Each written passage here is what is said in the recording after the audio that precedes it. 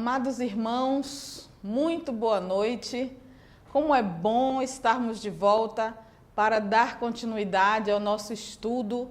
Na semana passada, nosso querido irmão César já fez a aula de introdução ao Novo Testamento e agora hoje nós vamos continuar estudando um tema tão importante que é a centralidade de Cristo na Bíblia.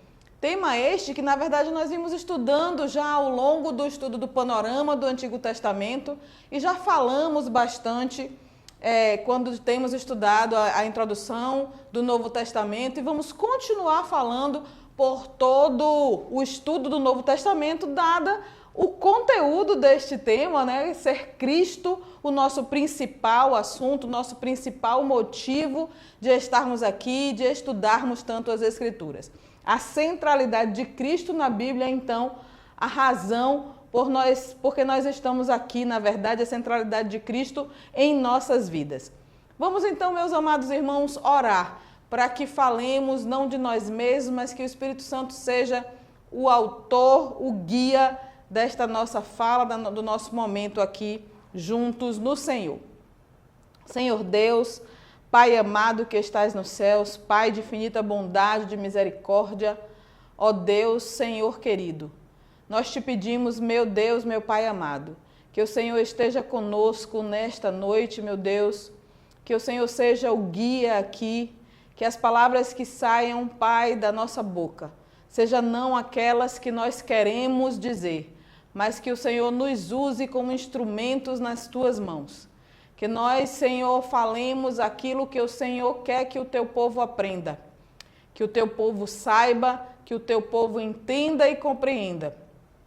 Senhor, que a tua palavra seja propagada, ó Deus, e que se alguém ouvir esta palavra falada e que ainda não te conhece, possa entender, Senhor, quem é Jesus Cristo e conhecer-te para a salvação da sua alma. Ó Deus, muito obrigada pelo privilégio que o Senhor nos dá, de mais uma vez falar de Ti.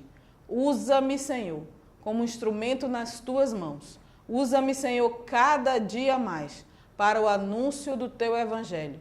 Em nome de Cristo, Teu Filho, eu te peço, já, Senhor, agradecida por este privilégio.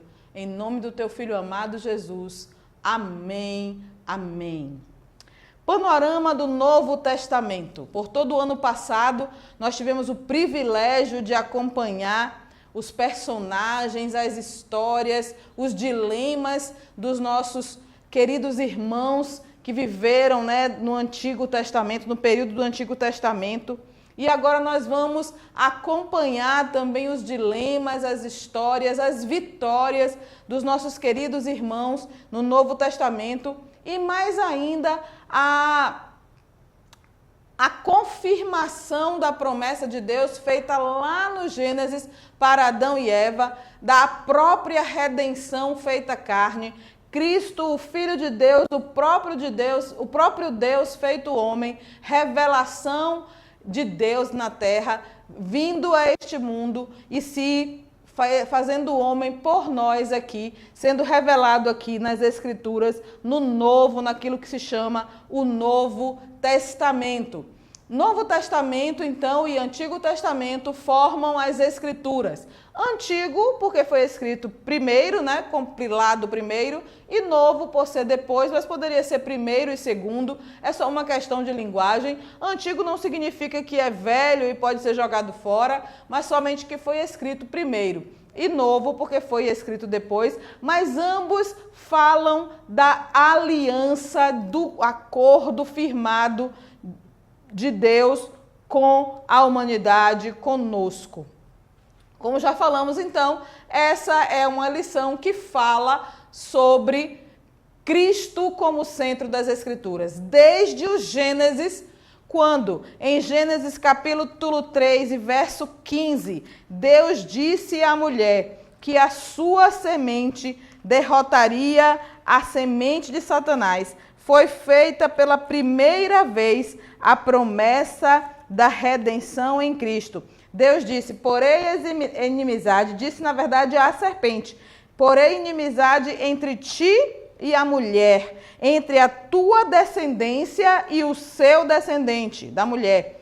Este te ferirá a cabeça, o descendente da mulher, e tu lhe ferirás o calcanhar. Ou seja, a promessa aqui de que Jesus Cristo sim seria ferido na sua morte na cruz, mas a cabeça da serpente seria esmagada pela ressurreição de Cristo, né? Então, Cristo seria ferido, ele seria de uma certa forma atingido, mas a vitória seria dada na cruz. Então, desde o Gênesis até o Apocalipse, nós temos a Bíblia falando sobre Cristo. A Bíblia é toda, não somente falando, mas preparando a humanidade, mas nos tratando para o momento de Cristo, da redenção, da vinda, da morte, da ressurreição.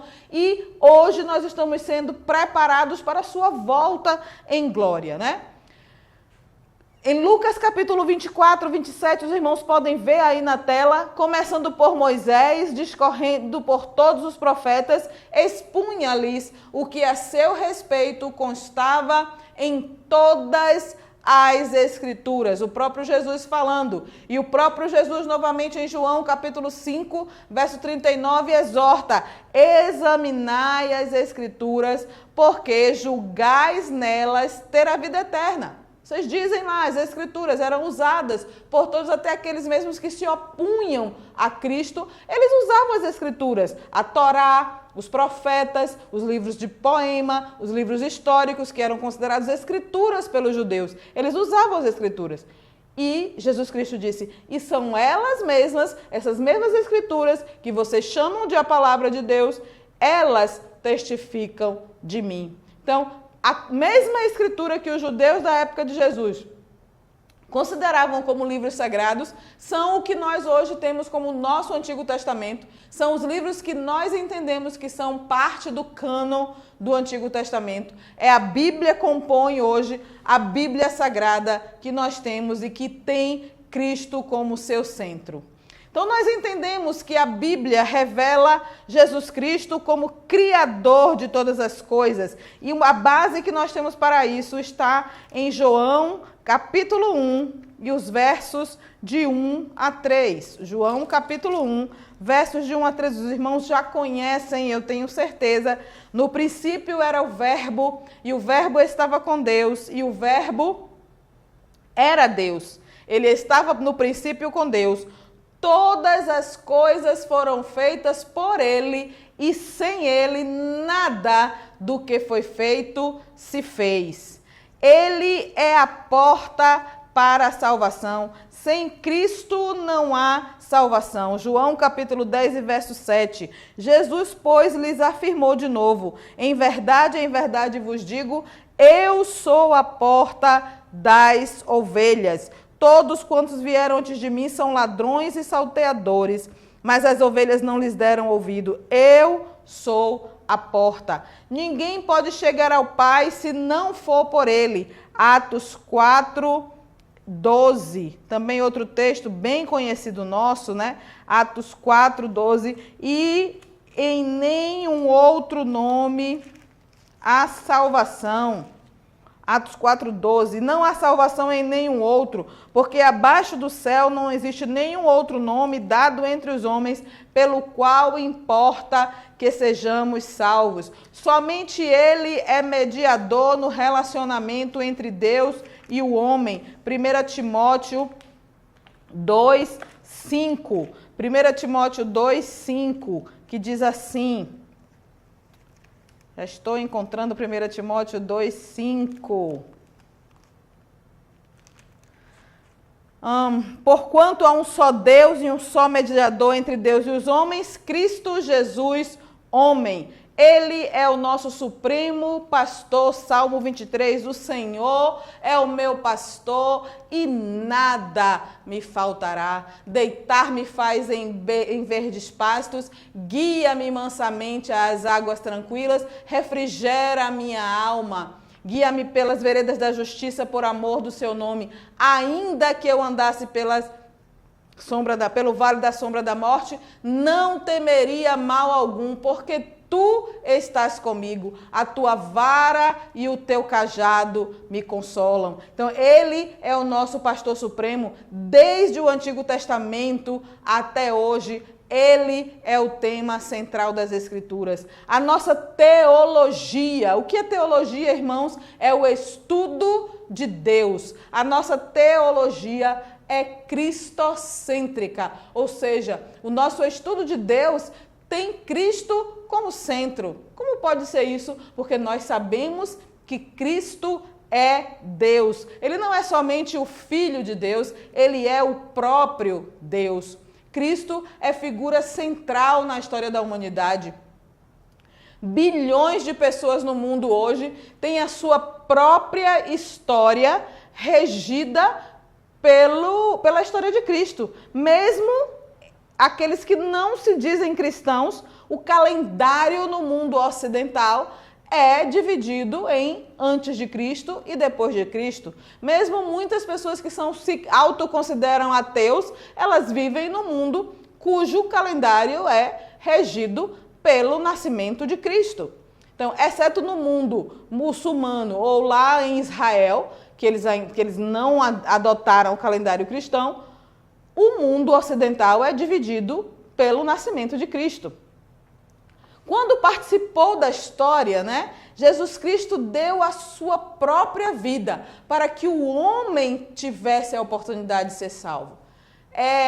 Ele abriu mão de ser o próprio Deus, no sentido de ele se fez carne, ele não deixou de ser Deus, Quando eu digo abrir mão, não é no sentido de deixar de ser Deus, mas ele se despiu da realeza para assumir esse corpo corruptível. Por 33 anos ele viveu nesse corpo nosso, esse corpo semelhante ao nosso, um corpo corruptível, um corpo que se desfaz, um corpo que se deteriora, para que no fim ele pudesse se dar. Ele já veio ao mundo sabendo que o seu fim seria morte e ressurreição, porque somente através da sua morte nós poderíamos ser salvos. Somente através do seu sacrifício nós poderíamos ser salvos. Somente através da sua obediência, da sua humilhação. Em Filipenses 2, nos versículos de 5 a 11, eu não vou ler agora porque leremos mais adiante, fala dessa obediência e humilhação até a morte. Somente através dessa obediência total nós poderíamos ser salvos. Segundo o teólogo Bancroft, tirar Cristo da história seria o mesmo que tirar da astronomia as estrelas ou as flores da botânica. Como poderíamos, tirar aquilo que é essencial de alguma coisa? Tirar o ar de quem respira. Não seria possível. Cristo, meus amados irmãos, ele é atemporal. Nós, seres humanos, nós vivemos dentro de um determinado tempo. Nós nascemos, vivemos, nós aprendemos lá na escola, que os seres humanos, eles nascem, crescem, se reproduzem e morrem. Nós temos uma cronologia. Cristo, ele está para além dessa cronologia nossa. Ele está além, ele é atemporal. Nós não podemos limitar a existência de Cristo. Ele é antes de tudo e ele será eternamente, porque ele é Deus. Ele tem uma eternidade passada e uma eternidade futura.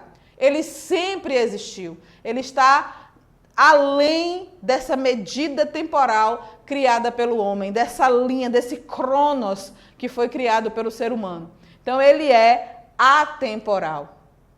E por isso nós podemos dizer que Cristo está, que ele tem, ou que ele é, ou que ele vive, em 3 estados diferentes. Ou seja, em 3 posições diferentes, Segundo Luiz Berkhoff, um estado é uma posição que alguém guarda ou que alguém conserva. Por exemplo, alguém que é culpado diante de um tribunal, ele está num estado de culpa ou condenação. Da mesma forma que alguém julgado inocente está num estado de inocência ou condenação.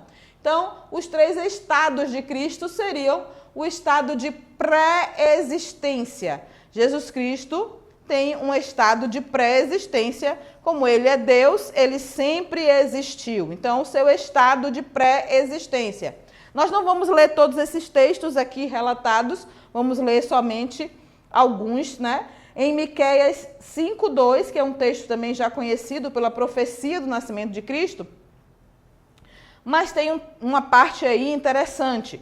Diz assim: e tu, Belém, Efrata, pequena demais para figurar como grupo de milhares de Judá, de ti me sairá o que há de reinar em Israel, e cujas origens são desde os tempos antigos, desde os dias da eternidade. Olha aí, desde os dias da eternidade.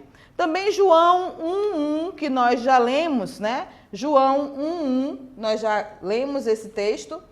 Ele diz: no princípio era o verbo, e o verbo estava com Deus, e o verbo era Deus. Então, aí porque o verbo é Deus, esse verbo nós sabemos que é Cristo, né? Verbo logos, a palavra.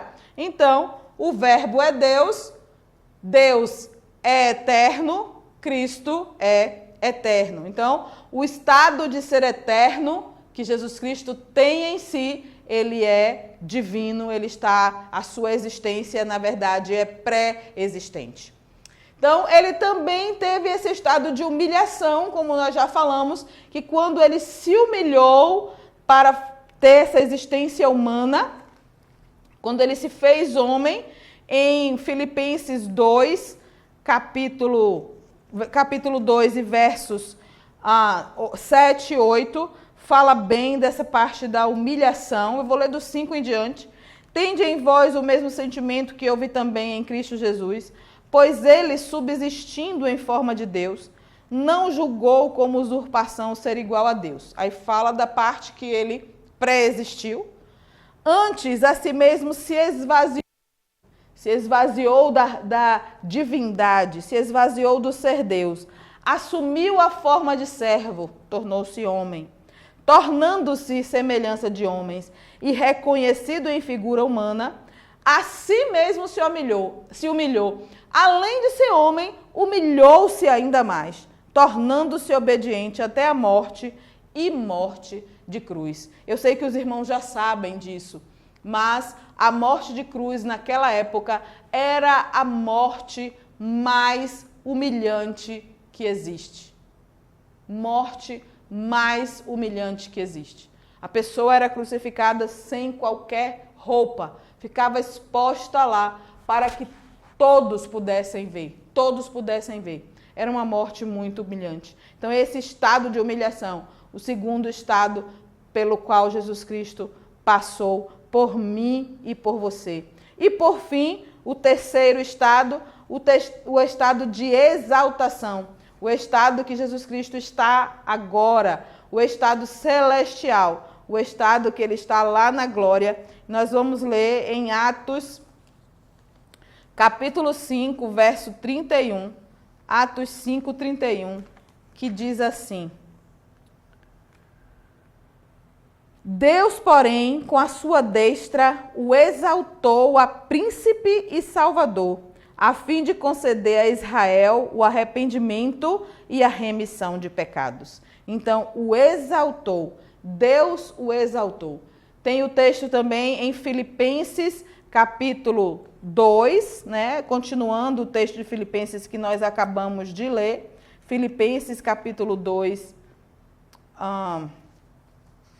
os versos, continuando, pelo que também Deus o exaltou sobremaneira e lhe deu o nome que está acima de todo nome, para que ao nome de Jesus se dobre todo o joelho nos céus, na terra e debaixo da terra, e toda língua confesse que Jesus Cristo é o Senhor, para a glória de Deus Pai. Então, os três estados de Cristo: o estado de pré-existência, o estado de humilhação e o estado de exaltação. E em toda a Bíblia, nós vemos a Bíblia passando por Cristo nesses três estados. No Antigo Testamento, o estado de pré-existência, e no Novo Testamento nós temos o estado de humilhação e o estado de exaltação, quando nós vemos a revelação de Deus em Cristo Jesus. A mensagem de Cristo, irmãos, na Bíblia é uma mensagem redentora. Deus quer que nós entendamos que Cristo veio a este mundo para que nós fôssemos redimidos dos nossos pecados. Se não fora Cristo, nós não teríamos perdão dos nossos pecados. Nós não somos capazes de conseguir a redenção. O Cordeiro morto no Antigo Testamento não era suficiente. Ele foi capaz de redimir os pecados daqueles lá no Antigo Testamento porque ele apontava para a cruz de Cristo. Ele só foi capaz porque Deus sabia que Cristo viria para morrer na cruz. Se não houvesse a promessa de Cristo, aqueles pecados também não seriam perdoados. Todo homem nasce decaído, todo homem nasce pecador e por isso está condenado à morte eterna. Foi por isso que Jesus precisou enviar o seu Filho ao mundo, porque Deus amou o mundo de tal maneira que mandou o seu Filho unigênito para que todo aquele que nele crê não pereça, mas tenha a vida eterna. Para que todo aquele que nele crê não pereça, mas tenha a vida eterna. E Romanos capítulo 5, verso 8, é um dos versos mais belos que tem nas Escrituras. Porque ele fala que Deus me amou e amou você quando nós não estávamos, como dizem nossos conterrâneos, nem aí. Nós não estávamos nem aí para ele. Nós nem ligávamos e ele nos amou. Mas Deus prova o seu amor para conosco pelo fato de ter Cristo morrido por nós, sendo nós ainda pecadores, né? A gente não estava nem aí e ele foi lá e morreu. É fato e deve ser foco de todos nós que o homem precisa de redenção, meus irmãos. Todos nós precisamos entender que esta é a verdade. Nós precisamos de redenção. Nós que estamos aqui na igreja, nós que somos salvos, aqui estamos porque nós precisamos de redenção. Nós somos redimidos dos nossos pecados. Nós não estamos aqui porque somos melhores do que os outros. Nós estamos aqui porque somos pecadores e miseráveis e Cristo nos libertou dessa condição de pecado. Cristo nos libertou dessa condição de pecado. Se não fosse o amor de Cristo em nós, coitados de nós. Se não fosse o Espírito Santo de Deus em nossas vidas, como estaríamos vivendo, amados? Quem seríamos nós? Eu não quero saber. Não quero saber. Quantas lutas passamos e é o Espírito Santo quem nos dá a vitória? Quantas vezes a tentação vem e é o Espírito Santo quem nos dá a vitória? O Espírito Santo é aquele quem nos sustenta. É Cristo em nós que nos sustenta. É Deus em nossas vidas. É redenção em Cristo. Nós não somos melhores do que ninguém. Não julgue o outro, ore por ele, porque ele precisa de Cristo. Entendamos, amados irmãos, que estamos de pé, porque Cristo nos redimiu. E se alguém caiu, precisa de Cristo em sua vida. Nós não temos tempo em uma aula aqui para falar de tudo que o Antigo Testamento fala de Cristo, mas nós já vimos, nós temos essa bênção de já ter visto o ano passado muita coisa, não tudo, mas muita coisa do que o Antigo Testamento fala sobre Cristo. E hoje nós vamos passar rapidamente sobre isso. Em Gênesis 1, 26, nós vemos sobre Cristo, sobre a criação. Gênesis capítulo 1, no verso 26. Nós temos a criação do mundo. A criação, diz assim o versículo: também disse Deus, façamos o homem à nossa imagem, conforme nossa semelhança. Olha, vocês estão vendo aqui o plural, nossa imagem, nossa semelhança. Tenha ele domínio sobre os peixes do mar, sobre as aves do céu, sobre os animais domésticos, sobre toda a terra e sobre todas as espécies, todos os répteis que rastejam pela terra. Já vimos lá em João capítulo 1, no princípio era o verbo, e o verbo estava com Deus, e o verbo era Deus.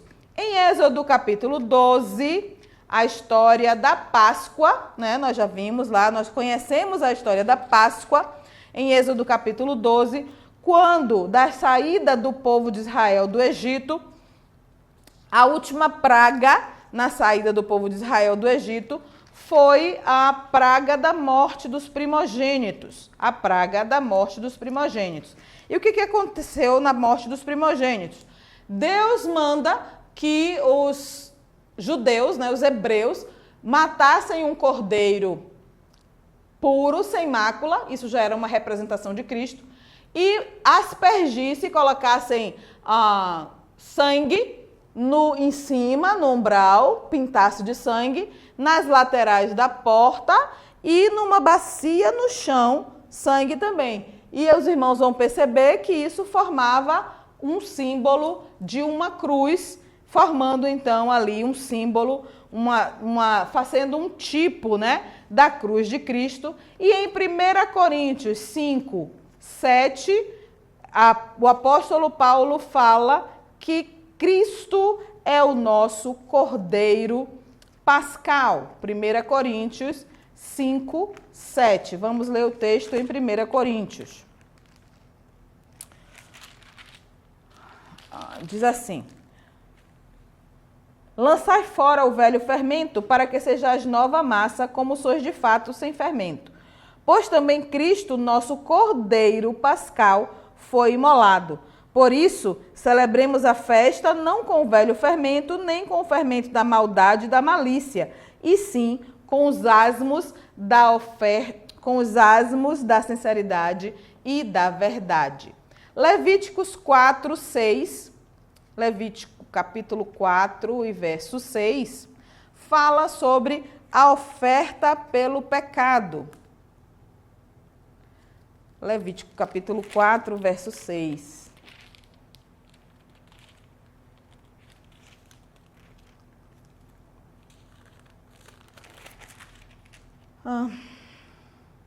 E molhando o dedo no sangue, aspergirá dele 7 vezes perante o Senhor, diante do véu do santuário. Então, nós estudamos, quando estudamos o livro de Levíticos, as várias ofertas que eram dadas, dentre elas a oferta pelo pecado. E em Hebreus capítulo 9 e verso 2, nós estudamos que Jesus Cristo é a oferta pelo pecado. Capítulo 9, verso 2. Com efeito, foi preparado o tabernáculo, cuja parte anterior, onde estava o candeeiro e a mesa e a exposição, se chama o Santo Lugar. Por trás do segundo véu se encontrava o tabernáculo, que se chama o Santo dos Santos, ao qual pertencia um altar de ouro para incenso e a arca da aliança, totalmente coberta de ouro, na qual estava uma urna de ouro contendo maná, o bordão de Arão que floresceu e as tábuas da aliança, e sobre ela os querubins. Versículo 12. Não por meio de sangue de bodes e bezerros, mas pelo seu próprio sangue, entrou no Santo dos Santos, uma vez por todas, tendo obtido eterna redenção. Então tá aqui, né? Cristo foi oferta pelo nosso pecado. Em Números 11, de 7 a 9, fala sobre o maná do deserto, que foi a forma que Deus deu ao povo de Israel para se alimentar. E em João, capítulo 6, de 57 a 58, fala que Jesus é o pão que desceu do céu. João, capítulo 6, 57 a 58. Assim como o Pai que vive me enviou, igualmente eu vivo pelo Pai. Também quem de mim se alimenta, por mim viverá. Este é o pão que desceu do céu. Em nada semelhante àquele que os vossos pais comeram e contudo morreram.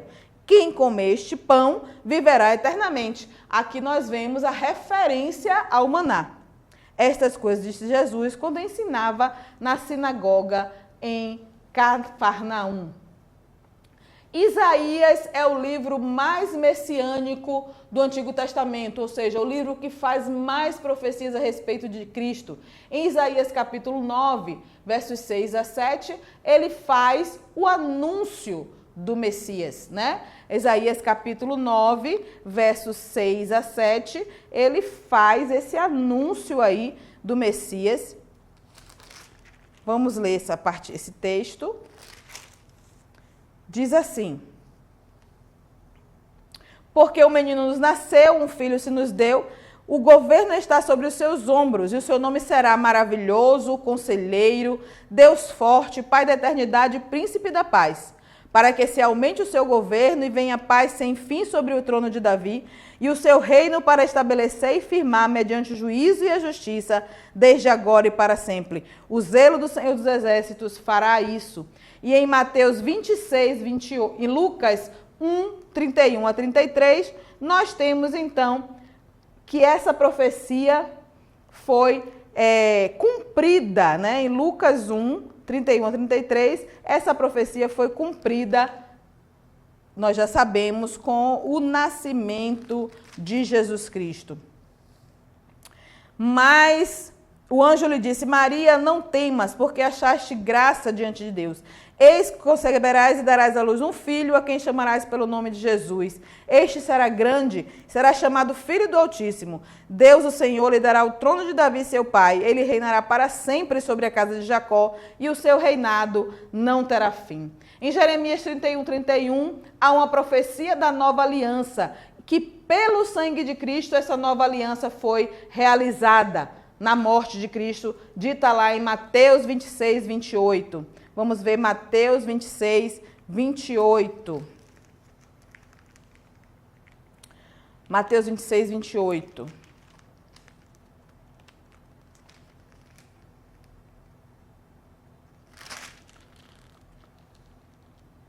Porque isto é o meu sangue, o sangue da nova aliança derramada em favor de muitos para a remissão dos pecados. Em Jonas 1,17, conta-nos o momento que Jonas ficou na barriga, foi engolido pelo grande peixe e ficou ali por 3 dias. Isto era um prenúncio do tempo que Jesus Cristo estaria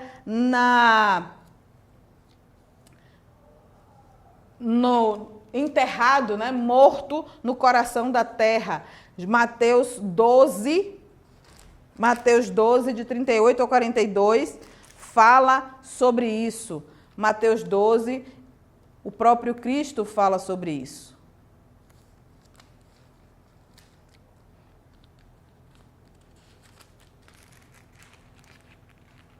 Então, alguns escribas e fariseus replicaram: Mestre, queremos ver de tua parte algum sinal. Ele, porém, respondeu: uma geração má e adúltera pede um sinal, mas nenhum sinal lhe será dado senão do profeta Jonas. Porque assim como esteve Jonas 3 dias e 3 noites no ventre do grande peixe, assim o Filho do Homem estará 3 dias e 3 noites no coração da terra. E depois disso, o próprio Cristo ficou, sim, 3 dias e 3 noites enterrado até a sua ressurreição. Aqui nós já lemos hoje o livro de Miqueias, capítulo 5, verso 2, e o cumprimento dessa profecia do nascimento em Belém é visto em Mateus, capítulo 2 e verso 1, quando ele realmente nasceu em Belém da Judeia, no tempo do rei Herodes. Mateus, capítulo 2, verso 1. Tendo Jesus nascido em Belém da Judeia, em dias do rei Herodes, eis que vieram os magos do Oriente a Jerusalém. Em Malaquias, capítulo 3 e verso 1, vemos a profecia de Cristo no templo. Malaquias 3, verso 1. Eis que eu envio o meu mensageiro, que preparará o caminho diante de mim.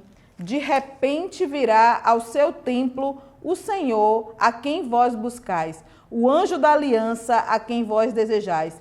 Eis que ele vem, diz o Senhor dos Exércitos. E Cristo esteve no templo. Marcos 11, 15 e 16 fala sobre isso. E esse texto também fala sobre João Batista, né? E nós sabemos que João Batista realmente veio e preparou o caminho do Senhor. Marcos 11, e foram para Jerusalém. Entrando ele no templo, passou a expulsar os que ali vendiam e compravam. Derribou as mesas dos cambistas e as cadeiras dos que vendiam pombas.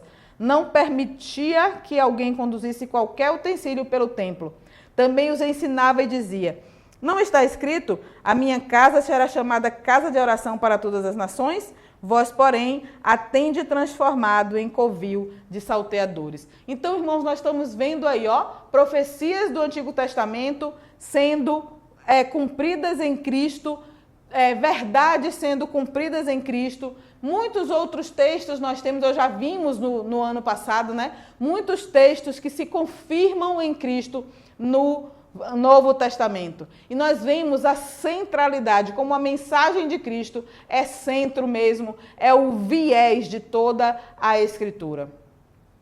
Deus preparou o mundo para o advento de Cristo. Em Gálatas 4:4 nós temos: vindo, porém, a plenitude do tempo, Deus enviou seu Filho, nascido de mulher, nascido sob a lei, no momento certo, no tempo exato, para que ele fosse o centro da mensagem de Deus, de Cristo. Em Efésios, capítulo 1, versos de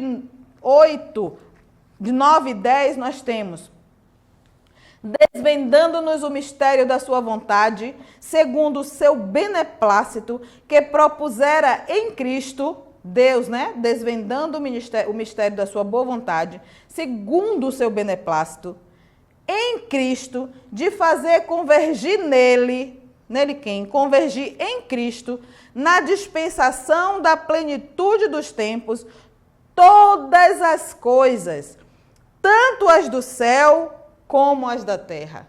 Então, irmãos, se pudéssemos resumir, a mensagem do Novo Testamento seria essa: de fazer convergir em Cristo. Foi isso que Deus fez. Deus fez convergir em Cristo todas as coisas, tanto as do céu como as da terra. A verdadeira pregação cristã está centralizada na cruz de Cristo. A cruz de Cristo é a doutrina central das Escrituras.